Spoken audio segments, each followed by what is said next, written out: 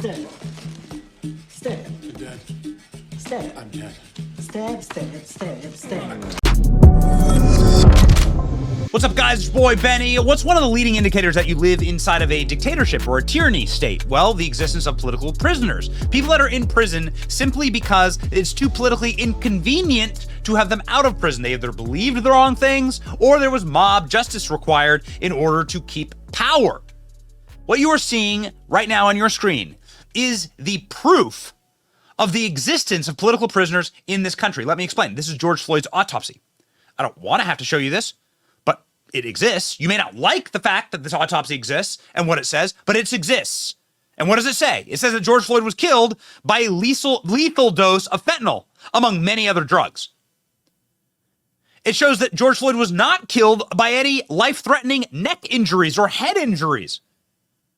It also proves that the people who actually murdered George Floyd were Chinese drug companies that create illegal fentanyl and then ship it across the border, and American politicians who open that border. Those are the people who are responsible for George Floyd's death, period. Not Derek Chauvin. Derek Chauvin was not responsible based on all available evidence from the autopsy of George Floyd. Yet Derek Chauvin is the one behind bars and not American politicians who opened our border.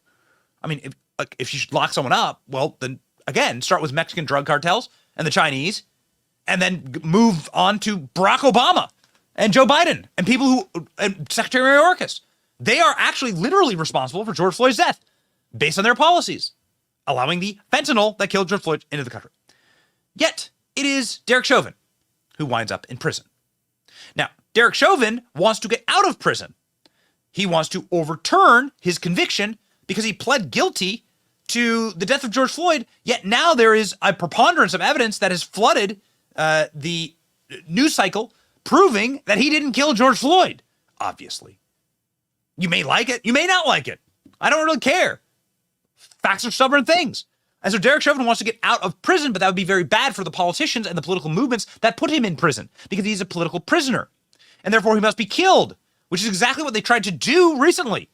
There's no other way to explain this, okay? Now that we know what we know, there's no other way to explain it. Derek Chauvin, political prisoner, had a political hit job done on him. That's what I think. My own assessment based on the facts, and here are the facts that we now know. The person who stabbed Derek Chauvin 22 times, attempting to murder him, you don't stab someone 22 times without attempting to murder him. You're not just trying to hurt him, you're trying to kill him, right? 22 times. This guy is a gang leader, but not just that, ladies and gentlemen. This gang leader is also an FBI informant. This is the person that stabbed Derek Chauvin. He had a connection to the FBI. Look at this. Former FBI informant gets 30 years in prison. Former Mexican mafia member who admitted to carrying out a number of crimes while working as an undercover FBI informant was sentenced on Monday to 30 years in federal prison. So this is the person who stabbed George Floyd. The feds say former gang member said he purposefully stabbed Derek Chauvin on Black Friday. Got it? Were those the talking points given to him? John Tursak, a former member of the Mexican mafia who served as an FBI informant, is accused of stabbing Chauvin on November 29th in the law library at the Federal Corrections Institute in Tucson, according to court documents. Chauvin suffered serious injuries but is expected to survive.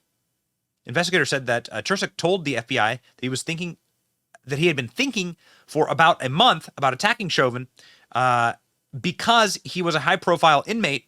Chauvin, who's serving a 21-year federal prison sentence for violating George Floyd's constitutional rights when he killed the black Minnesotan man by kneeling on his neck. This has actually been God, USA Today is such garbage. That's been proven false. But what is true is that former FBI informant has attempted to murder inside of federal custody Derek Chauvin. Now, why would that be? Well, because Derek Chauvin is a deeply inconvenient individual, and if he gets out of prison, and if he is able to plead his case again, which he is trying to do, then it will destroy the entire system. A system that is designed in order to put innocent men and women behind bars if you are politically inconvenient. They're trying to take Chauvin out before their lies are revealed, and he gets a second trial. This is what Jack Posobiec says. Juanita Broderick said, it sounds like somebody high up may have given a contract out, may have put a contract out on Derek. Maintaining the George Floyd fraud is important to the administration. They need mobs of angry people at all times to be activated. And if those mobs who are now just being activated on behalf of Hamas and terrorist organizations. They're the same mob. It's the same people, right? If those mobs learn that they've been lied to, well, they may not activate on behalf of the regime.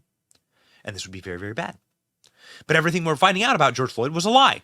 Derek Chauvin is seeking to overturn his conviction. Minneapolis police officer Derek Chauvin making another attempt to overturn his federal conviction. George Floyd died in a drug overdose. Chauvin is only sitting in jail to appease BLM terrorists. This is a fact. Life-saving measures were used to save Derek Chauvin's life, thank God, but they didn't even contact his families. Derek Chauvin's families were not told by the authorities that he had been badly injured in the prison stabbing. His mother found out through the media. So unbelievably evil. Derek Chauvin is a political prisoner. No sane person on the planet could possibly believe that he got a fair trial. We know this. They lied. Jury members lied to get on the jury. Watch. To the issue of venue, Mormon also believes juror Brandon Mitchell lied during jury selection. This conviction, like I said, hopefully just sparks some type of change. Mitchell, who sat for a Fox 9 interview, never disclosed that he had attended an MLK anniversary march in Washington, D.C., wearing a, quote, "Get your knee off our necks, Black Lives Matter t-shirt." So they withheld evidence, the jury was rigged, the trial was rigged, and the autopsy report proves that Derek Chauvin didn't kill George Floyd. What else are we learning? Well, now we're learning that there are members of the Mexican cartel that were actively trying to kill Derek Chauvin, potentially at the order of our federal government. That's what a whistleblower is telling Jesse Waters on his show, a guy who is an expert in Mexican gangland warfare, says that this guy wasn't doing this for Black Lives Matter. These people are anti-black, according to this informant, who appeared on Jesse Waters' show and said this shocking statement. What I do know of Stranger is, like many of us, raised in the underbelly of the street gang world in Los Angeles, Southern California. He was a street gang member since the age of 16 until the current age of 52. He's only done 2 years on the outside. 36 years have been behind bars. Considered extremely violent enough to be recruited by the Mexican Mafia prison gang. Okay, so did you have any understanding that he was some sort of BLM supporter? Because that was the justification for the motive.